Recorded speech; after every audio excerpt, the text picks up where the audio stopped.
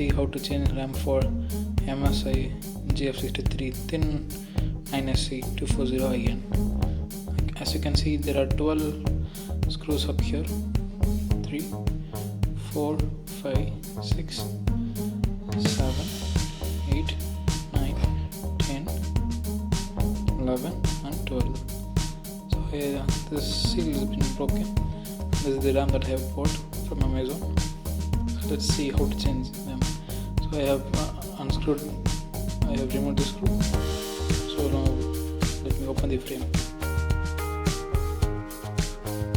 Hello guys, after opening the frame, this is how the laptop looks.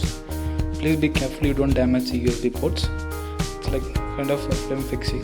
It's not just a screw. So try to open it safely. So here we are able to find the RAM slot. There is one slot already there. This 8GB slot. The other one is here. So it's empty. And also let me put my new RAM. So this is 512GB SSD RAM. 8GB RAM to 256 speed. So I'm going to insert the RAM. This is going to be just